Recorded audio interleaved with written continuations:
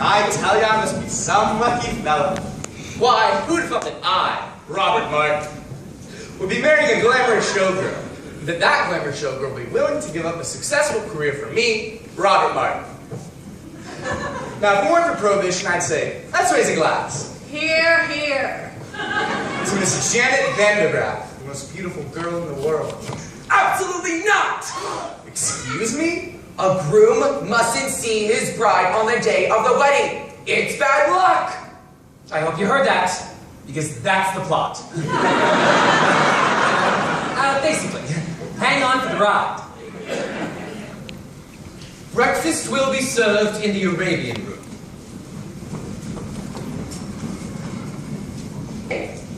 It's a little early in the day to be drinking, isn't it?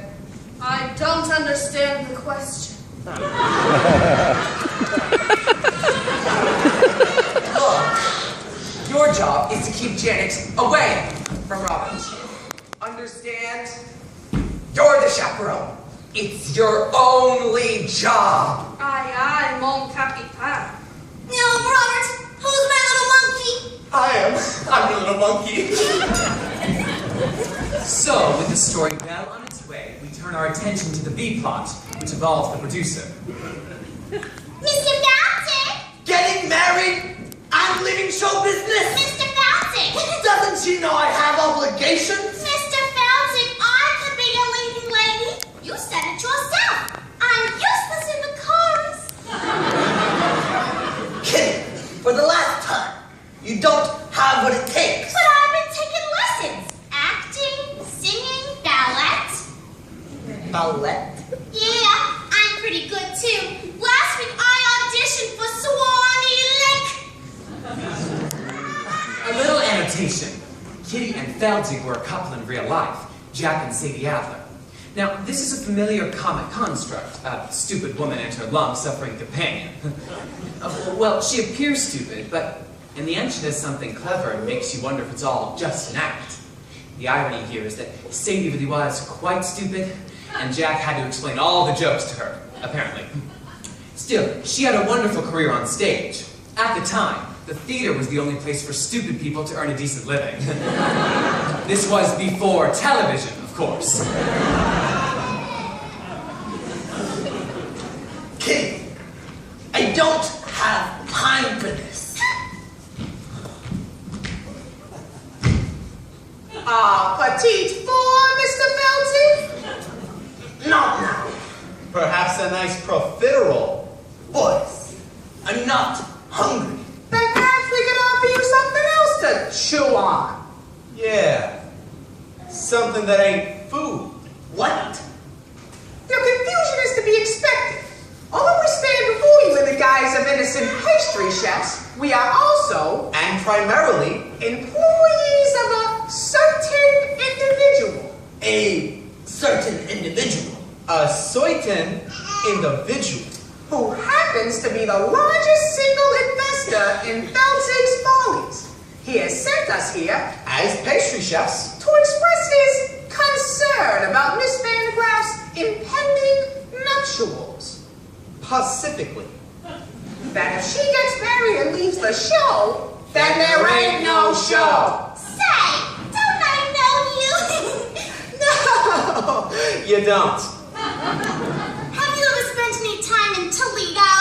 Have you ever spent any time in a coma? No. But I have a cousin in Seattle. Kitty! Boys, you can tell your boss this wedding is never going to happen. You have my word. Oh, we'll take your word, all right. But to go back on that word would be a recipe for disaster. Now we hope we have made ourselves perfectly clear. One can only hope. Biscotti, he kidding me. A trifle much. Don't tart with me.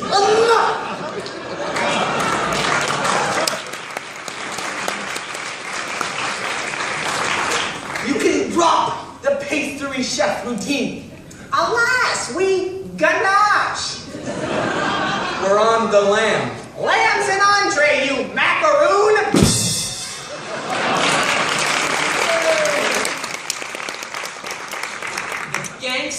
played by interchangeable vaudeville duo, the Tall Brothers, John and Peter Tall. They were born Abram and Mendel Maslowskiewicz, but were renamed at Ellis Island by a sarcastic immigration officer.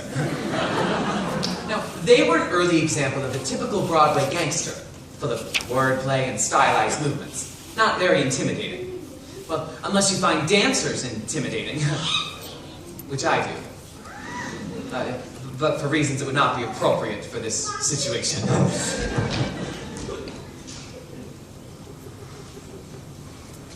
We'll leave this matter in your hands, Mr. Feltzieg. But in the meantime, feel free to browse the dessert carousel. Try the Toledo surprise. It's to die for.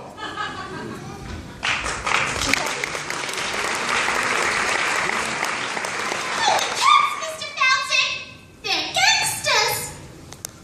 Very perceptive, Kitty. Now go powder your face. Oh, I gotta stop this wedding. But how? Oh, Lord in heaven, how?